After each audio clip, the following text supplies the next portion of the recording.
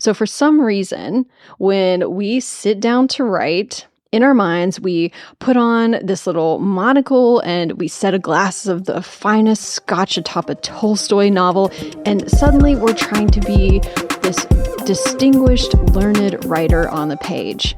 And it doesn't work. And here's why.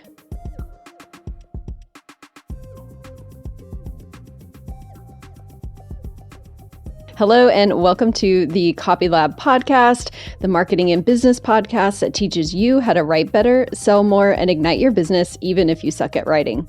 I'm your host, Sara Estes, entrepreneur, copywriter, marketing strategist, and founder of Copy Tiger, where I help change makers, disruptors, and dreamers get their message to the masses. Let's get started.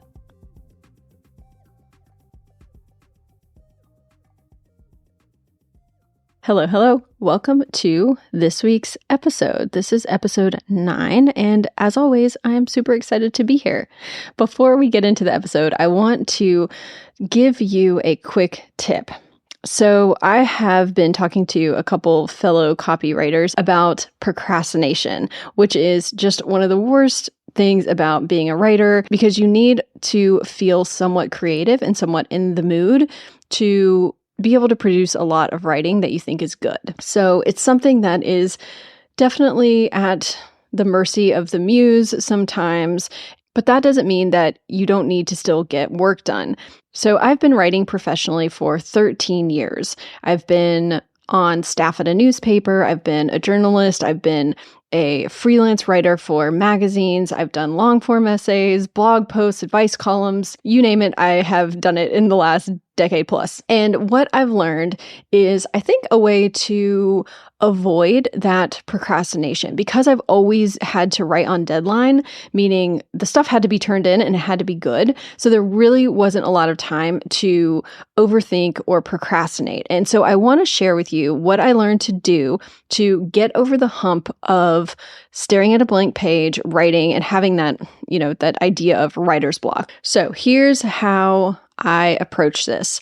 I call it creating the container. And it sounds simple, but it's actually a method that is going to change your life if you don't already do this. So that's why I want to share it with you if you are a copywriter, or maybe you're a business owner who has something that you want to write that you've been putting off, whatever it is.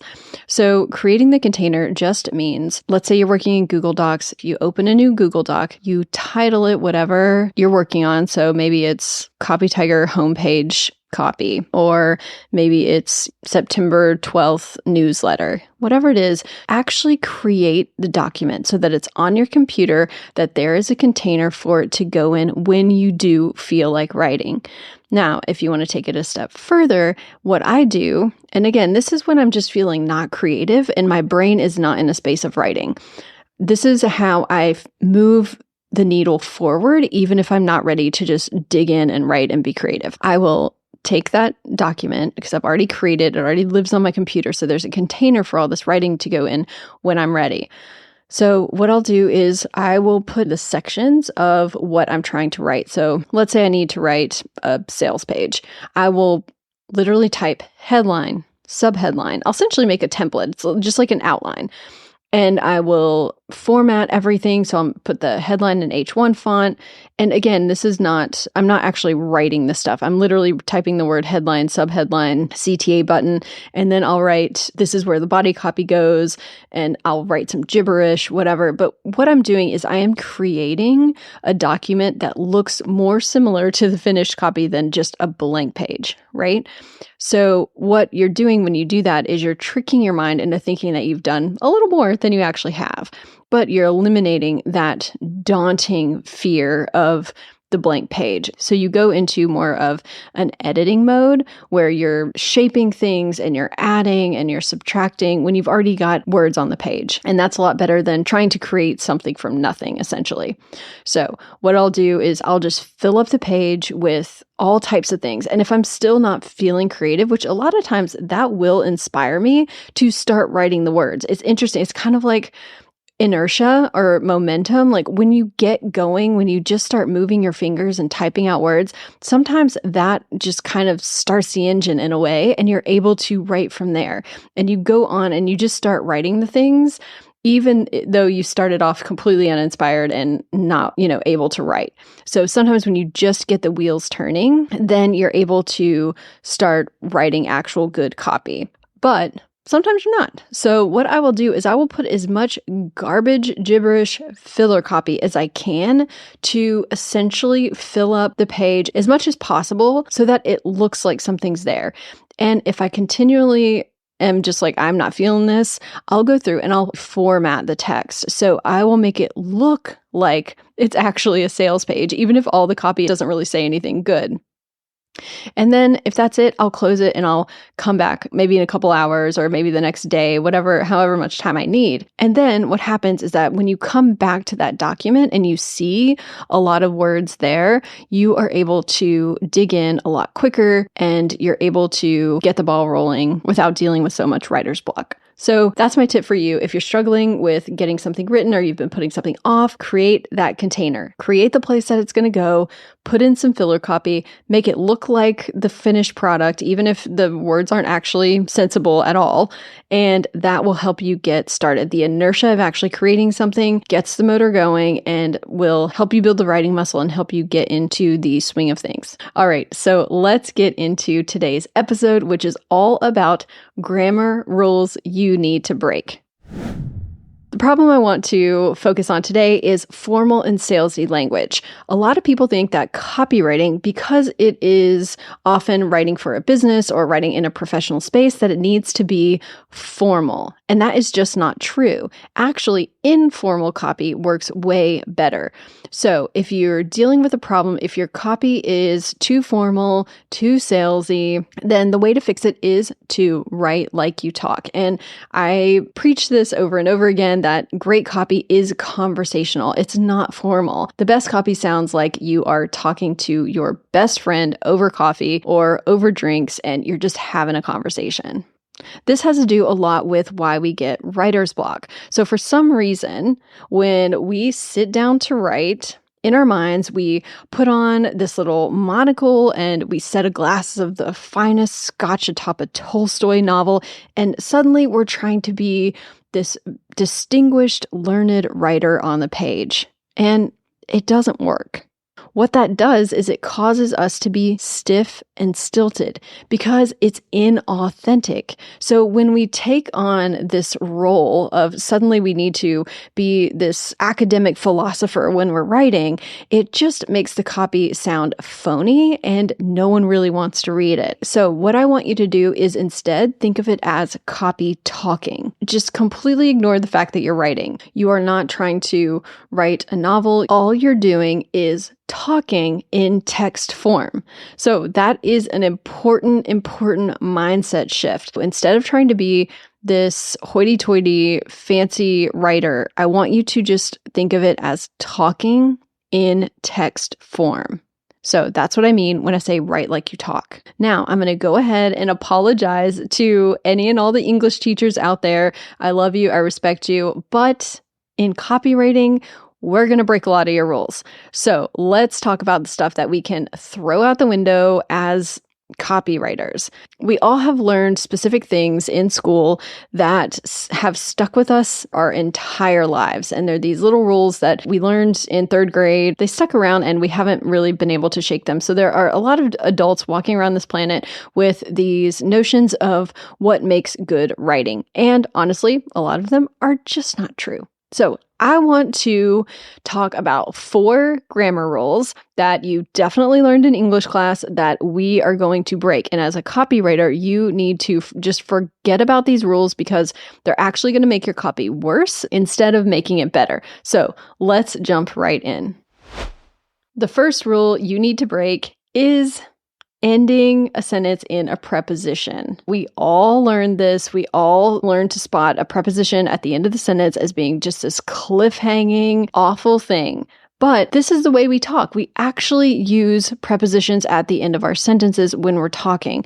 And so it makes no sense in copywriting to completely distort your sentence and make it sound all weird in an effort to keep the preposition from landing on the very end of the sentence. So what we're going to do here is I'm going to read you some before and after sentences so that you can see the difference of when we write like we talk, it just sounds more natural and it sounds better. So let's look at prepositions. So an example of a sentence that ends in a preposition, that sounds totally fine, is the sentence, "What are you waiting for?"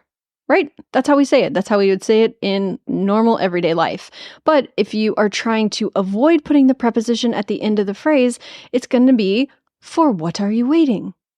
And that sounds like a gentleman from 1870 wearing a suit and a top hat is saying it, right? It's not modern. It's not how we speak. And it just doesn't work. And actually, every time you try and do that with a sentence, I imagine that guy in a top hat and a suit and a monocle walking the streets of London in 1870. And that's what it sounds like to me. I call him Monocle Marvin. So here's another sentence Monocle Marvin would say, not a modern day copywriter. He would say, "On what did you step?" Right? That is so formal. What you need to say is, "What did you step on?" Right? That is the better way to ask that question. It's totally okay to end a sentence in a preposition, especially if it makes it sound normal. Don't go distorting your sentences trying to keep the preposition off the end. All right, the second grammar rule that you need to break is sentence fragments. Use them. See what I did there? We all speak in sentence fragments. It's a natural way. We are not speaking in complete sentences with a, subject, verb, all of the stuff all the time. Let's look at a sentence fragment that would be great in copy that we would actually say. It looks like this. "Coffee? Yes, please." Okay, so those are two just sentence fragments that could be used in copy and go really well. Another example of a sentence fragment that sounds more natural is, "I'm flat broke, but who cares? I'll take it." The sentence fragment is, "but who cares?" So the way you would write it is, "I'm flat broke, period, but who cares? Question mark." Right? So you can split that up and they can be sentence fragments and actually looks better on the page than making it a complete sentence. So another sentence fragment that is great in copy is a sentence like this. "It was the best day of my life, period, until it wasn't, period." And breaking that up adds a lot of drama on the page, which you want to keep. So consider using those types of fragments to add to the drama of your sentence. Another great sentence fragment that I like to use is something like this. "Because we're that good." And that can be a whole sentence. Because we're that good. And that can exist somewhere on the page on its own. We were taught in school to always use complete sentences when we're writing, but that actually doesn't reflect how we speak to each other. So I want you to embrace sentence fragments and understand that they can actually be used for a lot of drama and impact. Sometimes a one-word sentence is phenomenal for impact. So there's all different kinds of ways that we can use sentence fragments in our copy. That's a rule that you need to break. The third rule that I want you to break in your copywriting is using slang words. Now, slang is often looked at as the worst and informal, but I want you to try to work it into your copy. A, it gives it a lot of personality and gives it some levity and some fun. And B, it can be kind of surprising, so it'll keep people on their toes. Another thing I love about slang is that it can help you target your ideal customer. So if there's a particular turn of phrase that's in the culture or in the zeitgeist of, whatever your ideal customer is going to gravitate towards, using that slang is kind of like putting out a little bit of bait for someone who will get it. So think about it, use slang strategically, but definitely use it. Again, it's just going to make your copy have a little more personality and it's going to keep it from being stuffy. Use real phrases that we throw around on a regular basis, right? That everyday language. So I'm going to give you 4 examples of some sentences that are using slang. Number 1, other courses will cost you an arm and a leg. Number 2, I was lit like a Christmas tree. Number 3, we know how to pull strings around here. And number 4, this deal is a no-brainer. So just those words like no-brainer, pull some strings, I was lit, arm and a leg.